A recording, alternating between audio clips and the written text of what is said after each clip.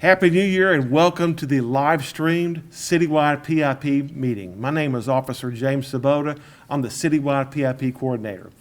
We are really excited to start this year off. 2021, we're getting many phone calls, many emails from organizations that want to join and get involved in a positive relationship with the department. And some of these groups are actually, they're super neighborhood groups, neighborhood civic members, apartment members and managers, church leaders and pastors, and small and large businesses. And also, of course, our deaf and hard of hearing community. We are really getting a lot of people wanting to get involved, and they're actually asking us to do certain presentations that are rather current. So actually, tonight's presentation will be from Crime Stoppers, and it's actually a very good update of kind of what's going on in Crime Stoppers. I'd like to bring up Joan Bouchard, who is our citywide chairperson. Many maybe don't know, Joan has been a very active member, and she's a volunteer. She does not get paid, so she's been actually in the PIP program for many, many years. She's a volunteer, and she's on other committees as a volunteer. So she volunteers a lot of her time, does not get paid for it, and she is a great asset to us here at the PIP program. So without further ado, I'd like to introduce Joan Bouchard. Joan, you have the floor. Thank you, James. Hi, Tim. Hello. Happy New Year to everyone from me. And you know this is live streamed, and we're glad that you're joining us. And we really miss seeing everyone. So hope that this changes, maybe not in the too distant future. Some of the nation's police departments have been focused on the news recently. And we here in Houston can proudly stand up and proclaim that we offer and have the Positive Interaction Program in place, and that's to promote positive relationship with every member of the community with the police force. It is you and your community, and you can take credit for the success of this PIP program. As these citywide PIP meetings, the goal is to provide attending members information so that you can take this back to your communities. The information really is very important. We recently lost two of our past divisional PIP officers. Officer Ernst Leal from the North Division and retired Mark Leha, who was our past PIP officer from Central Division. Our prayers are with their families. I will bring forward now Chaplain Emmanuel Shepard, who will do the invocation. Chaplain.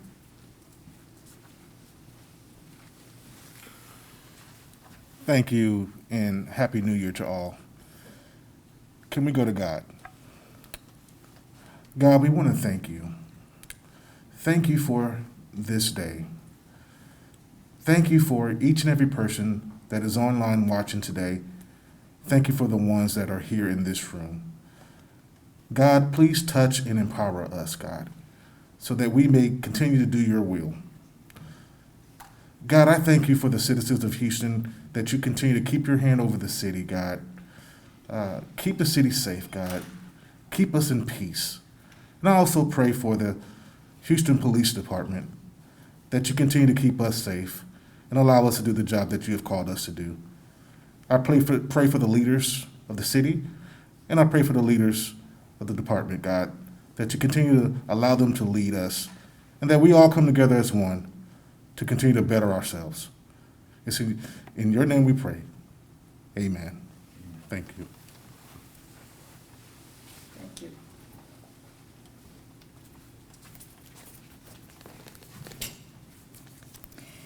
Many communities have discovered this program called PIP.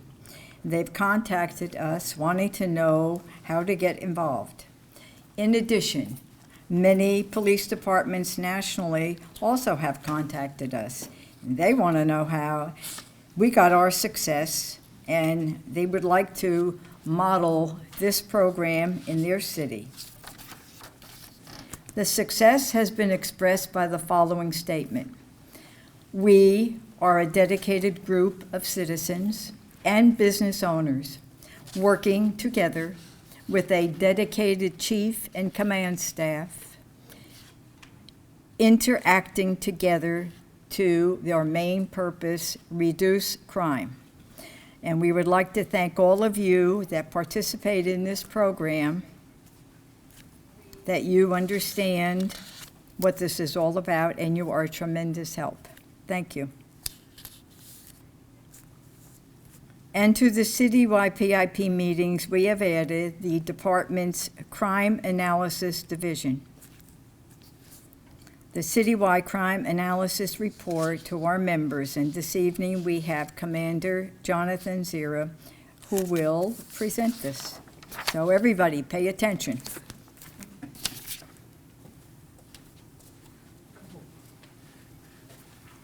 Well, good evening, everyone, and thank you for joining us as we start the new year. So tonight I have the pleasure of providing the crime stats, and what I'm going to do tonight is I'm going to provide an overview of the 2020 crime stats in comparison to 2019, so we can see how we did in 2020. So before I get started, I want to take just a second to remind everyone of some caveats. First of all, these are not the official crime statistics of the Houston Police Department. These are reported incidents, not completed investigations.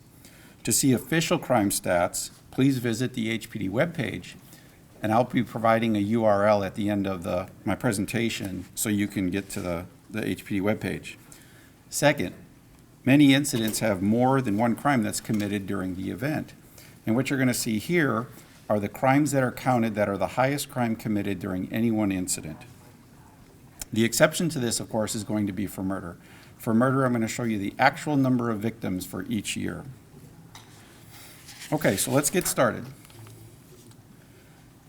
So here's the year-to-date data comparing 2019 to 2020. So each crime type indicates a number of incidents that corresponds to that crime. Red indicates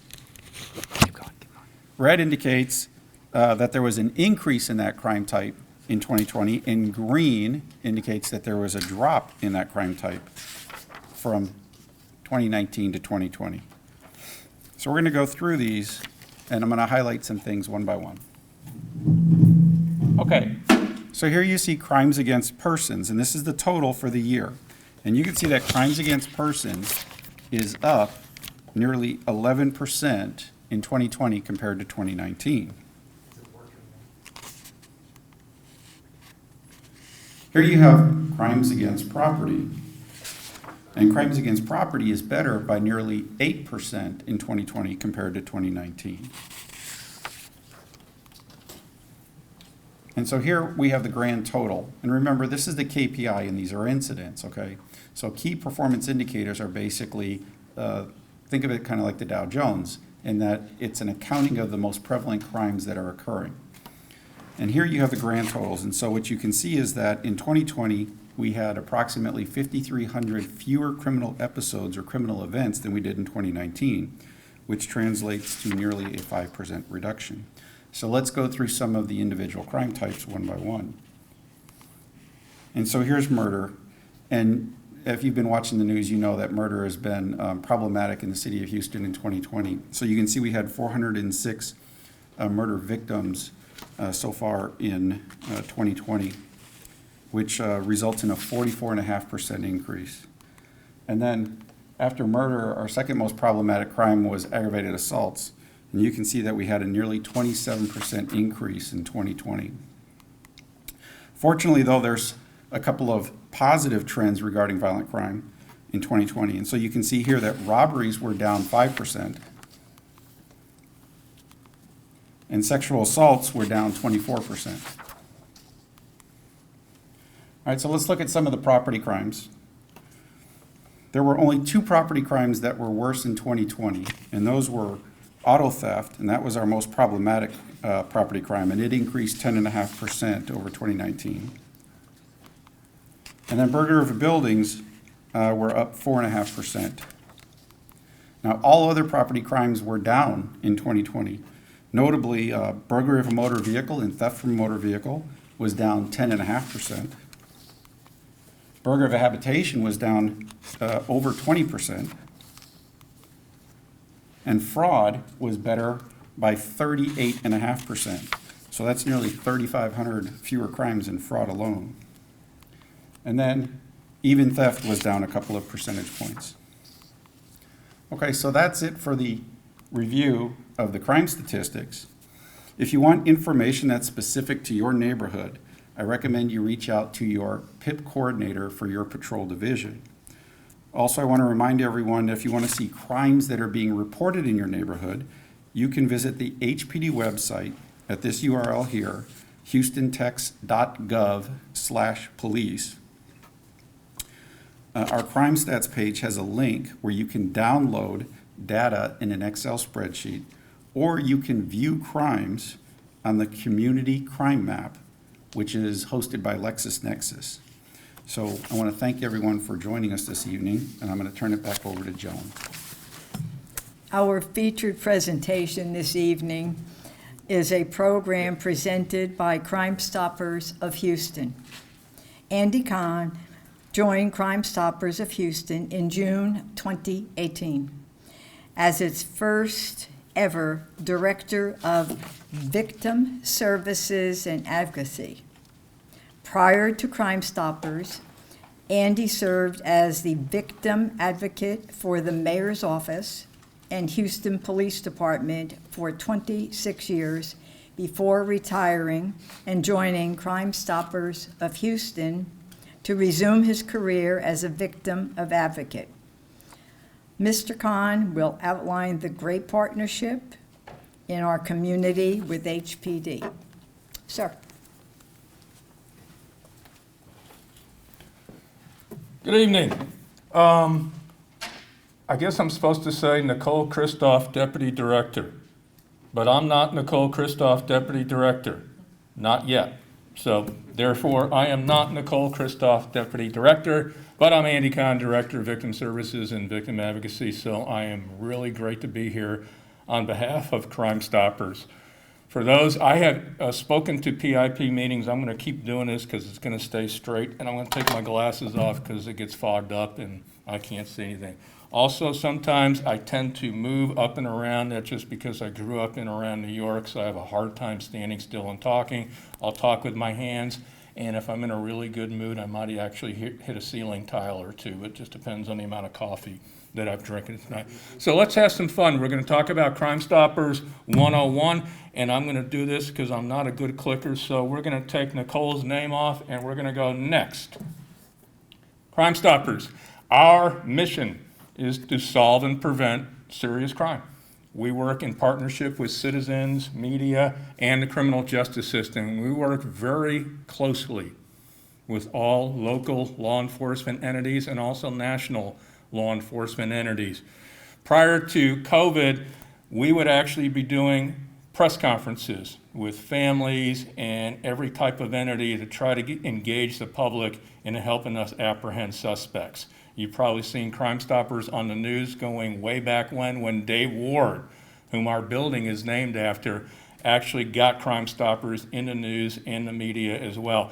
I'll just tell you real quickly how Crime Stoppers started, and you got to give props where props are due, and that actually goes to a law enforcement officer out of Albuquerque, New Mexico. And it was back in 1979, I want to say, and he was on a hard time on his case. And he just said, you know what, I'm going to go on the news and I'm going to ask for the public's help. And he did that, and yes, he got a lot of help. People calling in, and he goes, you know what, lightning strikes. If I can do this again, we're going to start. And that's how it began, all because of this one law enforcement who basically thought outside the box and did that. We are the largest Crime Stoppers organization in the country. We are actually the only Crime Stoppers in the country that actually has our own building. And as some would say, we're also the only Crime Stoppers, depending on your perspective, fortunate or unfortunate to have someone like me handling victim services and victim advocacy. We have an incredible staff at Crime Stoppers. I'm truly blessed and honored to be part of this staff.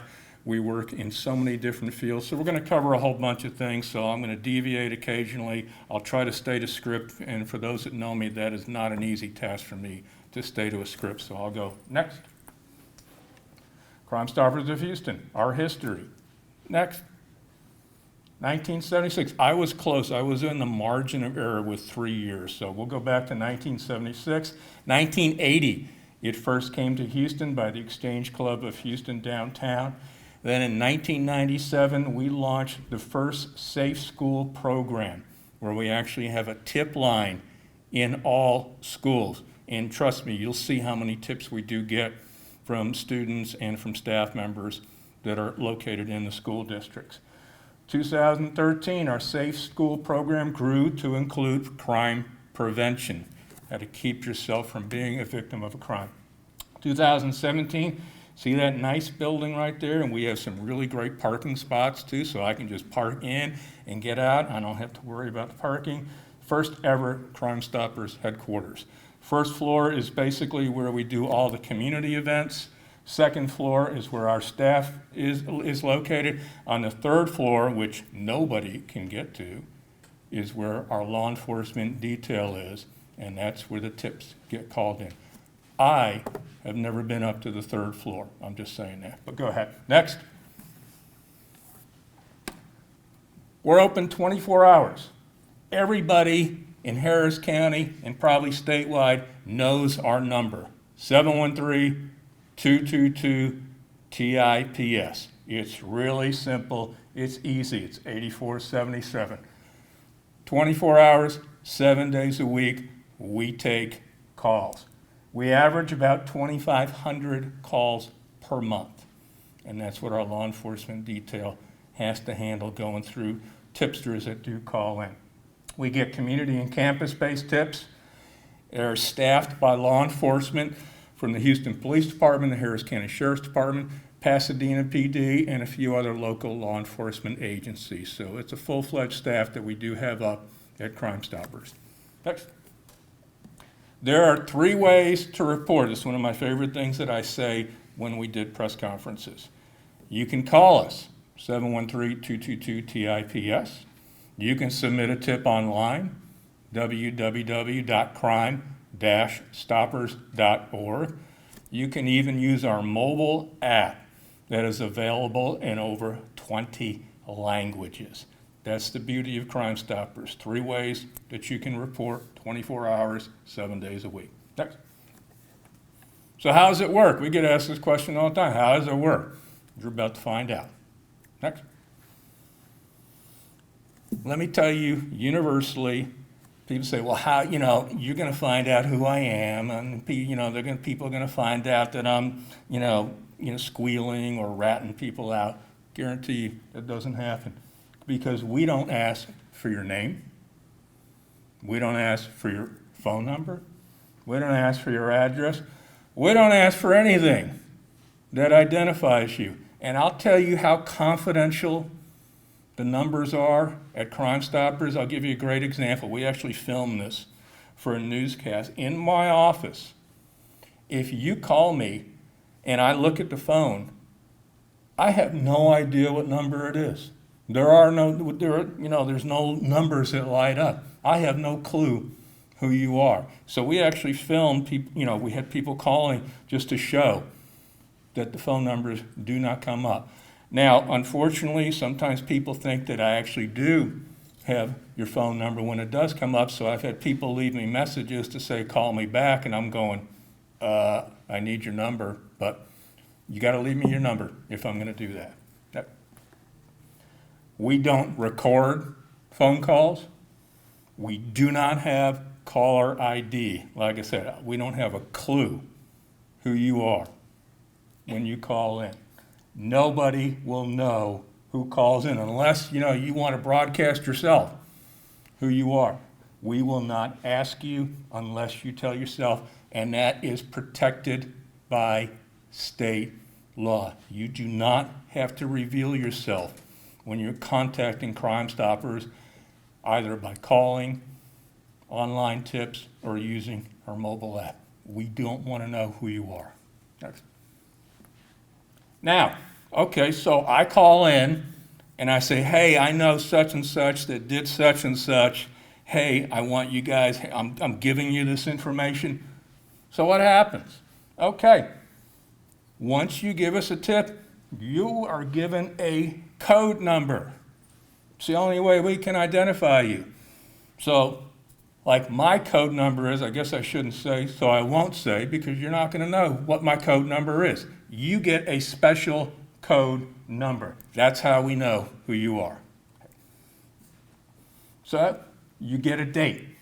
We tell you, thank you, ma'am, sir, calling in our tip. Now, you can contact us, you can call us back at such and such date to check the status of your tip. How do you do that? You call back using your special code number that you only you get. No one else has that code number. We don't call you. So in other words, we're not going to say, hey, Mr. Khan, you called in that tip and, hey, it led to something, because I don't know your name. You have to contact us. We tell you when you can contact us to verify whether the tip actually led to something. So when you call back and say, hey, did that amount to anything? Did something come of it? I'm, pretty sure. We will let you know if your tip helped solve a crime, or in cases of a school, perhaps disciplinary action as well. We will let you know if your tip led to the arrest of the suspect and or suspects that were wanted in this particular offense. So how does it work? If it did, we tell you, you're given specific instructions. This is kind of like those TV shows that you see, almost like a Get Smart type, hey, just go such and such, here's your code, here's where you're going to pick it up. We give you detailed instructions how to receive your cash reward. And you are eligible on any felony cases of anywhere up to $5,000 if your tip leads to the arrest of the suspect and or suspects that are wanted in this crime. So again, we will tell you how to retrieve your cash reward. Let me tell you about some of the success stories. But first, I'll tell you what, I'm going to quiz everybody right here. I'm going to show this up. Are you guys ready? Okay, this is an example of some of the things we do. Did I show that up correctly? Okay. This particular person is wanted right now. And the reason that we want him, it says right here, this guy was actually at a trial for an aggravated robbery. He had committed several drugging cases. He was featured in the news as well. So while on trial, awaiting the jury verdict, he just decided, you know what, I'm not going to hang around anymore. I'm out of here. So he took his ankle monitor off. Imagine that, people doing that. No one would ever imagine that. And he just walked out. The jury did convict him, even though he wasn't there to hang around to see what he got. He got 29 years. October 2019. He is wanted. So, for you that are watching this, I'm not even going to try to pronounce his first name. We'll just call him Mr. Alfred. If anybody out there knows where Mr. Alfred is, you guys know how to contact us by now. We rely on you, the public, because you're our best eyes and ears out there. And we reach out to you to help us bring suspects like Mr. Alfred to justice. So let's talk about some of the other ones here. Next one. We have solved 35,635 felony cases in the city of Houston and Harris County. We have also apprehended, with your help, 26,976. Now, if you do help us find Mr. Alfred, that number will go up to 26,977. That's how it works. 23,259 tipsters, that's what you're called, have been paid cash rewards for helping us keep the public safe. Next. Oh, I gotta put my glasses on this one because it's too much fine print and I'm getting up in age. So, tip line successes. 531 suspects have been taken into custody that were wanted for sexual assault, rape cases against women and children. 67,000 plus stolen property, cash recovered. Look at this, 10,271 burglary, robbery, and theft. And again, if you can help us find Mr. Alfred, 10,272. So you're kind of catching on to some of this madness here. You can see here we seized over 130,000 in narcotics. This one's near and dear to my heart as someone who has worked with homicide victims for over 28 years and serves on the board of Parents of Murdered Children and surviving family members of homicide. 1,132 murder cases. Excuse me, and if I can tell you from a personal perspective that grief is intensified when justice is lacking. And for many families right now, justice is lacking. And the only way to give them some semblance of answers is to get these suspects back in custody. And we know that there's somebody out there that knows something at any given moment, in any given time. And that's why we bring these cases to you. So we've also got, whatever this, 200,000 given in its entirety back to law enforcement through asset forfeiture bonds. They really got to start making these, I'm going to tell them, start making these a little bit bigger for me, but that's just from me. So that's just my own pet peeve. Next. Oh, campus tip line successes.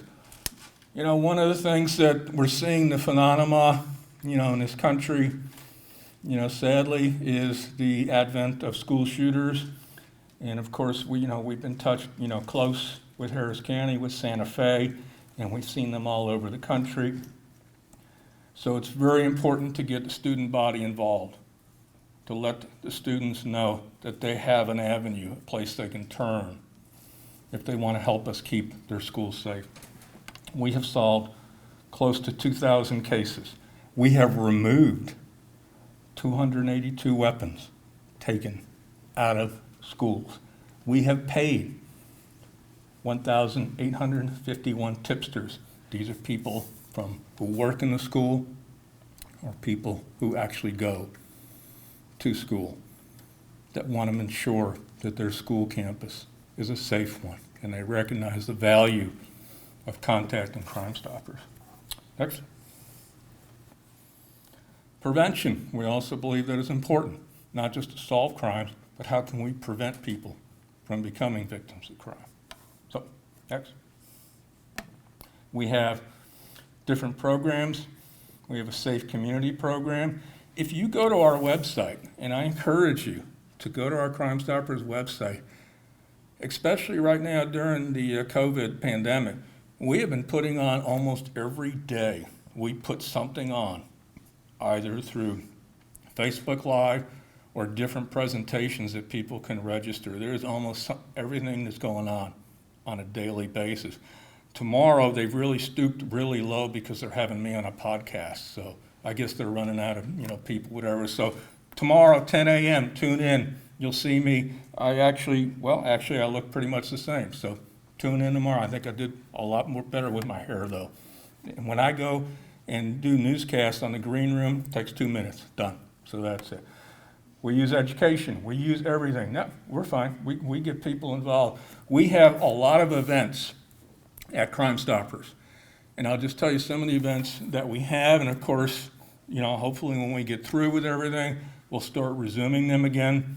But in my, little niche and fiefdom over there, We do what's called National Day of Remembrance on behalf of surviving family members of homicide. Every holiday season, Christmas season, this is the only year we haven't been able to do this, but for 26 years, we have Christmas trees that are decorated with pictures and ornaments of homicide victims. We do that the second Saturday of every month. Last year, pre-pandemic, we had over 200 families, 200 people that we put pictures and family members. We do National Missing Person Day, which is coming up in February. There's a lot of events that we do to get the community involved. So next, some of our successes in 2019, 45,800 people, community members, outreach events. This is Human Trafficking Awareness Month. We've got a lot of things going on with human trafficking. That's actually going to be part of our podcast tomorrow. 13,903 participants through all the Safe Community Program preventions, education. And look at what we do. We do an awful lot of social media. We are constantly putting stuff out on Twitter, Facebook, Instagram, and whatever else is still available out there. But we do an awful lot of reaching out to the public and letting them know what is going on in their community, because you're part of our community. So how do we do it? It's a good question. How do we do it? How do we do it? Next. One word, donations. We are not a law enforcement entity. Contrary to popular belief, we do not work for law enforcement. We are not a government entity. We are a 501c3 non-profit. We rely on donations, court fees paid by probationers, usually when someone is sentenced to probation. They have, as part of their conditions, they have to pay Crime Stoppers a fee. It's usually very nominal, $50. We have foundations, people that donate, want to help out Crime Stoppers, want to make sure that we're funded and that we reach the community and get out there. Corporate fundraisers. We do 2 galas every year. Unfortunately, we weren't able to have our gala this year, which severely, curtails us. But we have a luncheon gala in which we honor citizens and law enforcement who've made our community safe. We had a big gala in October, and for those that our last speaker actually was John Douglas. So for those who are out there that have ever seen the Netflix hit series called Mindhunter, we actually brought in with a real Mindhunter, whom that series was based out of, to be our guest speaker. So we always have fascinating people that come in and want to help us reach the public and help us reach our fundraising goals. Next. These are some of our sponsors right here. You can see right here. It's truly, I've been here now almost basically 2.5 years, and I thought I knew what Crime Stoppers was when I was in the criminal justice, when I was in City Hall, when I was at the Houston Police Department. I had no clue the amount of volume that Crime Stoppers does and how they reach the community. And for me, personally, after I was retired for 22 days, and they made me an offer I couldn't refuse, in the old Godfather language.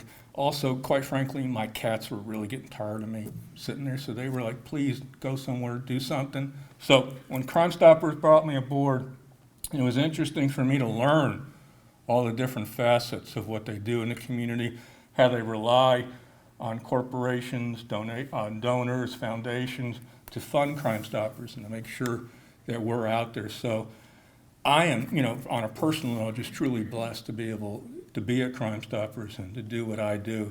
Because there's a saying that I have as a victim service director, that crime victims are the only unwilling participants in the criminal justice system.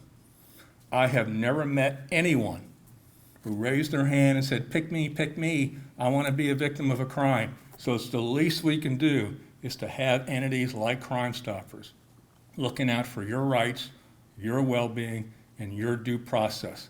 And that's why Crime Stoppers exists. Next. So I get to say thank you. And I'll do it one more time. Thank you on behalf of Nicole Christoph, our Deputy Director, and that's $5 every time that I say her name as well. But this is Andy Kahn, Director of Victim Services at Crime Stoppers of Houston. You know how to reach me. If I don't pick up the phone, it's because I have no idea who's calling you. So leave me a message, email me, get involved. That's what Crime Stoppers is out there for. So I appreciate your time, and thank you for all those great questions that you had fired my way. I hope that I answered every single one of them. So with that, I bid you adieu.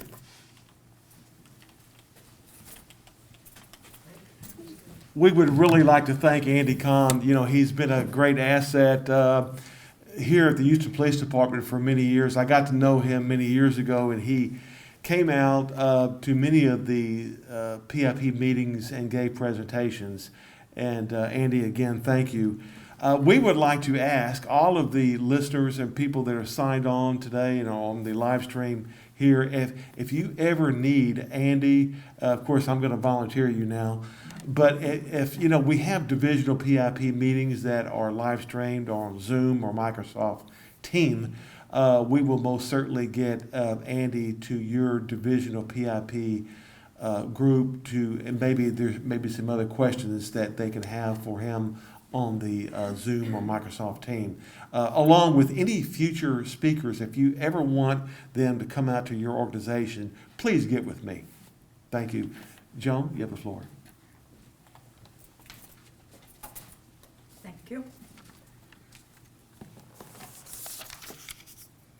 On behalf of the Citywide Board, Divisional PIP officers, the entire command staff, we would like to say thank you to all the PIP members who have been involved in their neighborhoods and this program.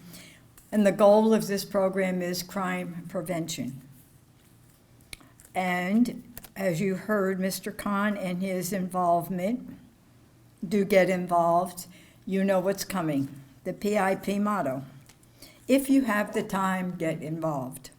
If you don't have the time, make the time. It is your neighborhood and your city.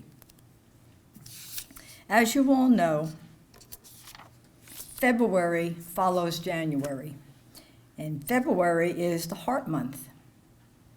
So please take care of yours. It is the time of the month of love, Valentine's Day, February 14th. And I remind you all, don't forget what you need to do on February 14th. This month is about love, yes, yourself, your family, your neighbors, and even strangers, particularly at this time with the COVID situation. You take care, stay safe, and we will see you in March. Thank you very much for listening to us this evening.